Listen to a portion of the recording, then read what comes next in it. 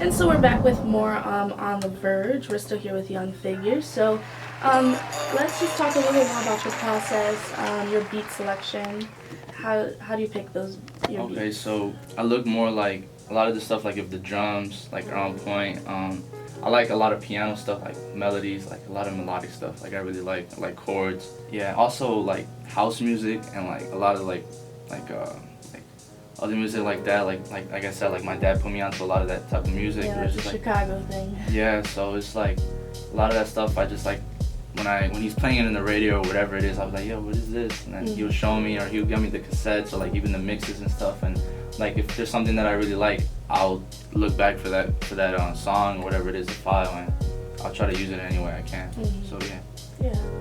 So what are you working on right now? Like, you have any Okay, so big projects? yeah, so right now, I don't want to say too much because Yeah. it's like not even done, but like I'm in the works of an EP, so maybe like about 5 songs. Still, I got the title in my head, but I'm still brainstorming it. There's a lot of other stuff I want to do with it, but it should be interesting. So what's your intentions when you make music? Is there a certain vibe you want your audience to feel from your music, or The stuff that I talk about like is relatable, and it can be to like what other people are going through at the same time. And I just feel like especially like from a lot of my friends and stuff like that, they're just like yeah, every time I like listen to it, we get a vibe, like it's cool. And like it's just like another thing I got from my friend was just like he gets that sense of everything's gonna be okay type thing. So when I make music, I always try to go in with a purpose. so just by listening to music, I heard that well, I got the idea that you kind of have trust issues. Yeah. Some friends didn't stick with me that I thought were gonna be friends with me. So like after that, I was like, I don't got time for this. I don't got time to like just be focusing on that. Like I got other things to worry about. Yeah. You feel me? Like I don't need to put my energy into that. Like if not, nothing's gonna go good. Yeah. So I just started thinking positively, and it's just like after that, from that experience, like a lot of that stuff fed into my music. Like you said, like me having trust issues, and it's like still to this day I kind of do, and like I kind of keep stuff more to myself. But like I'm trying to learn more, just like as I'm learning, just to be a little bit more open, but at the same time like keep a distance. Yeah. You can't control the things that you're already outside, but like you can control how you react to the things that are out in the outside world. So we're back with Calid B. So as I was looking into you, I saw that you had more titles than just artist, but you're also producer, MC, DJ, and professor. Yes.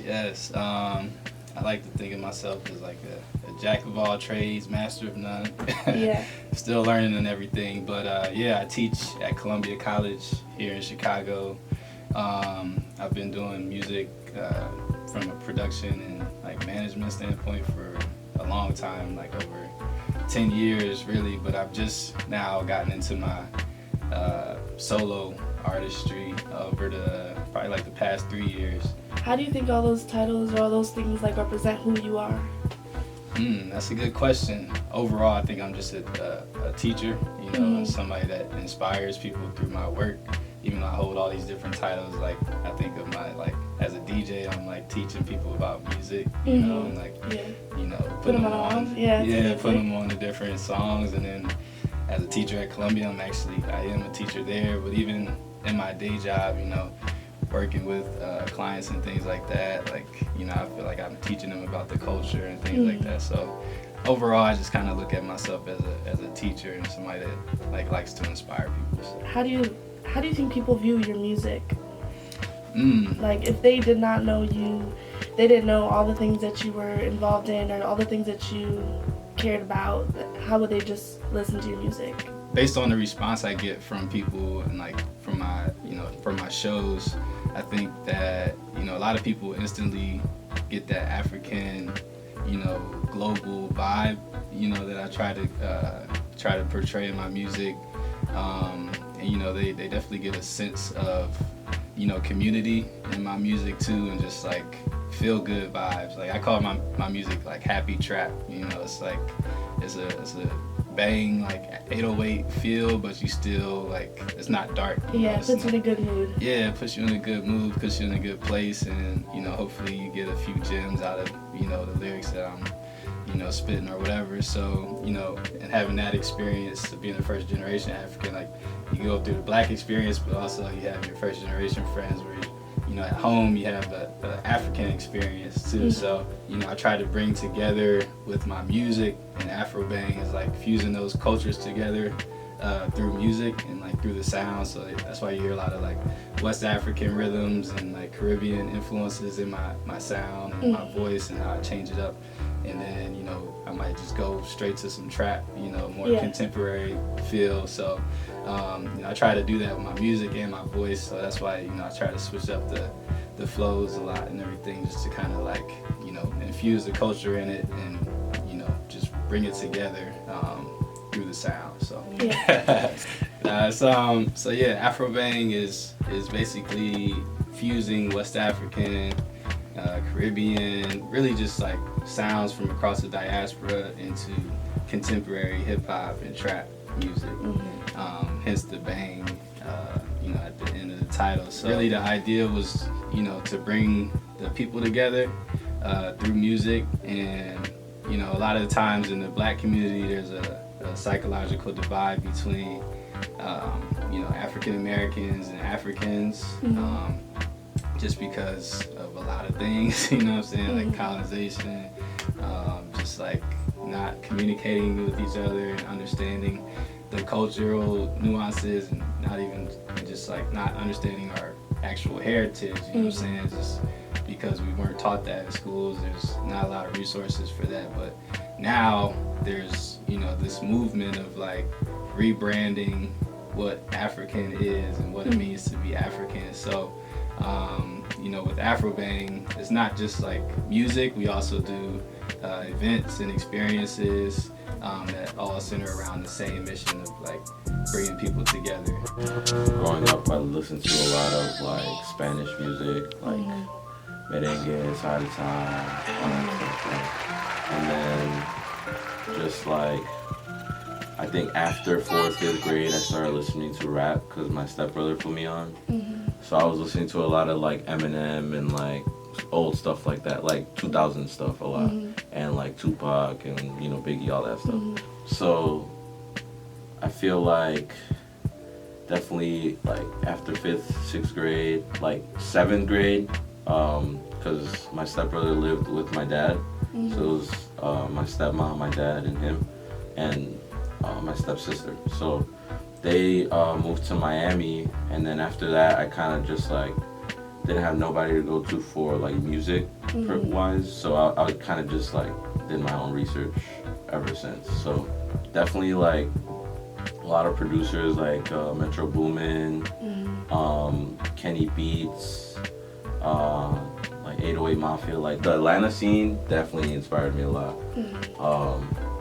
And just like low-key artists like Nestle, Key, just these different artists that like the way they have their melodies with the type of beats that they use, like that really influences me. Like, with that, yeah. So what genre would you say that your music would I don't know, I feel like sometimes it's rap, sometimes it's like more singy, like I can't even put it like towards a genre. Do you I feel sing? like or your no, beats but like could just be a little... it's like anybody can sing with autotune. Yeah, okay, so true. it's like I just need autotune on that, and it sounds just decent. talk just a little long. Yeah, you just gotta riff it. You gotta put melody into it. Yeah. Like if you just sing it to yourself and you follow the melody, you could sing it in that melody, and then the autotune just makes it perfect. Yeah. So within the beats that you've made, have you found like a signature that maybe even not purposefully you managed to put in every single one of your songs? Yeah.